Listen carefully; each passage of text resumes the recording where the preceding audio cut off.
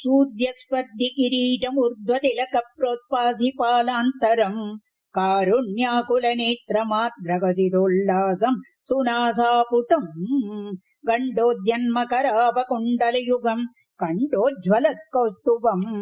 तद्रूपम् वनमाल्यकारपटल श्रीवत्सदीव्रम् भजे केयोराङ्गदकङ्कणोत्तममगारत्नाङ्गुलियाङ्गित श्रीमद्बाहु चतुष्कसङ्गदगता शङ्खारि पङ्केरुहाम् काञ्चित् काञ्चन काञ्चिलाञ्चितलसत् पीताम्बरालम्बिनीम् आलम्बे विमलाम्बुजद्युतिपदाम् मूर्तिम् तवार्तिच्छितम्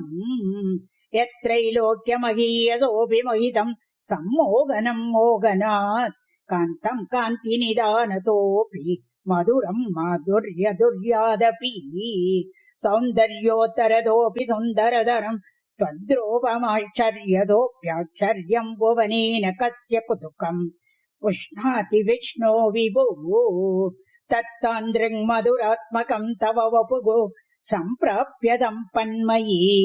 सा देवी परमोत्सुका चिरतरम् नास्ते स्वभक्तेष्वपि तेनास्यावदकष्टमच्युत विभो त्वद्रूपमानोज्ञः प्रेमस्थैर्यमया दचापलबलान् चापल्यवार्तोदभूत् लक्ष्मीस्थावकरामणीयकहृदैवेयम् परेष्वस्तिरेति अस्मिन्नन्यदपि प्रमाणमधुना वक्ष्यामि लक्ष्मीपते ये त्वद्ध्यानगुणानुकीर्तनरता सक्तागि भक्ता जनागा तेष्वेषा वसति स्थिरैव दयितप्रस्तावदत्तादरा एवम् भूतमनुज्ञदानवसुधा निष्यन्द सन्दोहनम्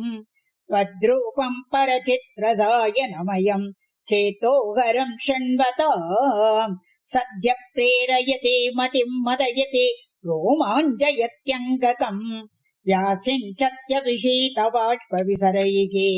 आनन्दमूर्च्छोद्भवैः एवम् भूतदयागि भक्त्यभिहितो योगस्य योगद्वयात् कर्मज्ञानमयात् वृषोत्तमदरो योगीश्वरैर्गीयते सौन्दर्यैकरसात्मके त्वयि खलु प्रेम प्रकर्षात्मिका भक्तिः निःश्रममेव विश्वपुरुषैर्लभ्या रमा वल्लभ निष्कामम् नियतस्वधर्मचरणम् यत्कर्मयोगाभिधम् तद्दूरेत्यफलम् यदौपनिषत् ज्ञानोपलभ्यम् पुनः तत्त्वव्यक्ततया सुदुर्गमतरम् चित्तस्य तस्माद्विभो त्वत्प्रेमात्मक भक्तिरेव सततम् स्वाधीयसि श्रेयसि अत्यायासकराणि कर्मपटलानि आचर्य निर्यन्मलागा बोधे भक्तिपते तवापि उचिततामायान्ति किम् तावता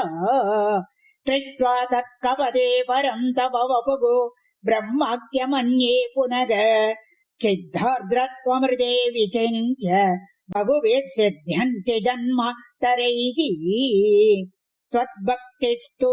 कदा रसामृतजरी निर्मज्जनेन स्वयं सिद्ध्यन्ति विमलप्रबोधपदवीम् अक्लेशतस्तन्वती सद्यः सिद्धिकरी ध्ययत्ययि विभो सैवास्तु मे त्वत्पद प्रेम प्रौढिरसार्द्रथा धृततरम् वातालयाधीश्वर श्रीकृष्णाय परब्रह्मणे नमः। नारायण अखिल गुरो भगवन् नमस्ते।